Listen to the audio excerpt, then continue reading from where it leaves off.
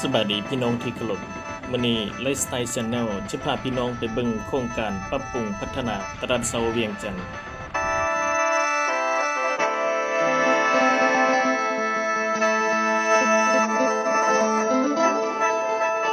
ตลาดเช้าเวียงจันทน์ถือว่ามีจุดที่ตั้งอยู่จุดศูนย์กลางเขตเศรษฐกิจนครหลวงเวียงจันทน์ติดกับถนนลานซางตรงกันข้ามกับสถานีขนส่งผู้โดยสารภายในนครหลวงเวียงจันทน์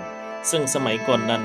สถานีแห่งนี้ก็เคยเป็นสถานีหลักในการขนส่งผู้โดยสารไปยังครอบเขตทั่วประเทศซึ่งปัจจุบันก็ได้มีการดำเนินการก่อสร้างเช่นกันแต่ยังบ่ทันสำเร็จ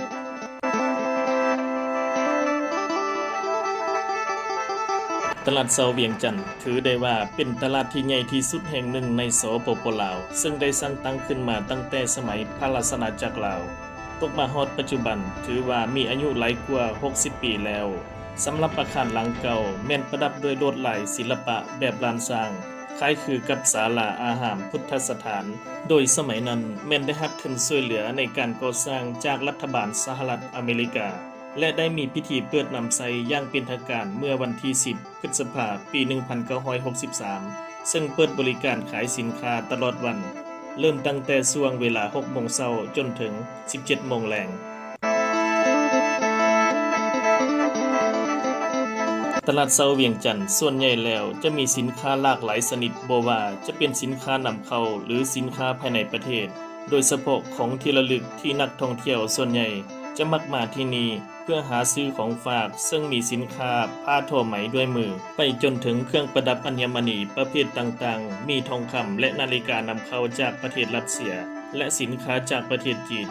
ส่วนบริเวณด้านกลางของตลาดจะเป็นที่ตั้งของห้างสรรพสินค้าซึ่งจะมีการจำหน่ายสินค้าจากประเทศไทยประเทศเวียดนามวางจำหน่ายอยู่เป็นจำนวนหลายซึ่งมีนักท่องเที่ยวชาวไทยนิยมมาช้อปปิ้งกันที่ตลาดเช้าเวียงจันทน์แห่งนี้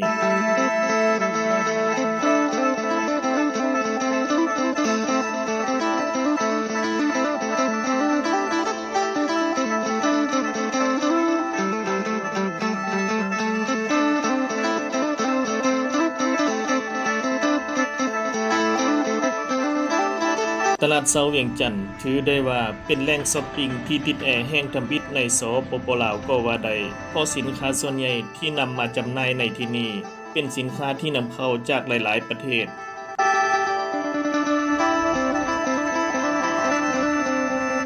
เมื่อตกมาฮอดประมาณปีคริสตศักราช 2006 ก็ได้มีการก่อสร้างอาคารตลาดเช้าหลังใหม่ขึ้นที่มีชื่อว่าตลาดเช้าหมอเป็นอาคารสูง4ชั้น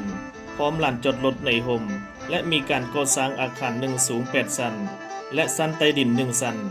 สำหรับอาคารตึกหลังเก่าที่มีรูปลักษณะคล้ายคือกับศาลาอาหารวัดหรือตัวอยู่นั้น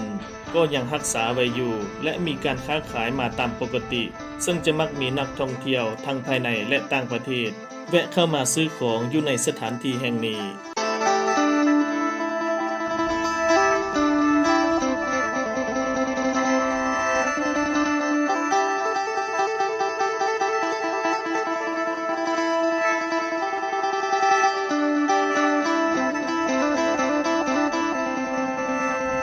เมื่อตกมาฮอดวันที่29สิงหาปีคริสตศักราช 2020 ที่ผ่านมานี้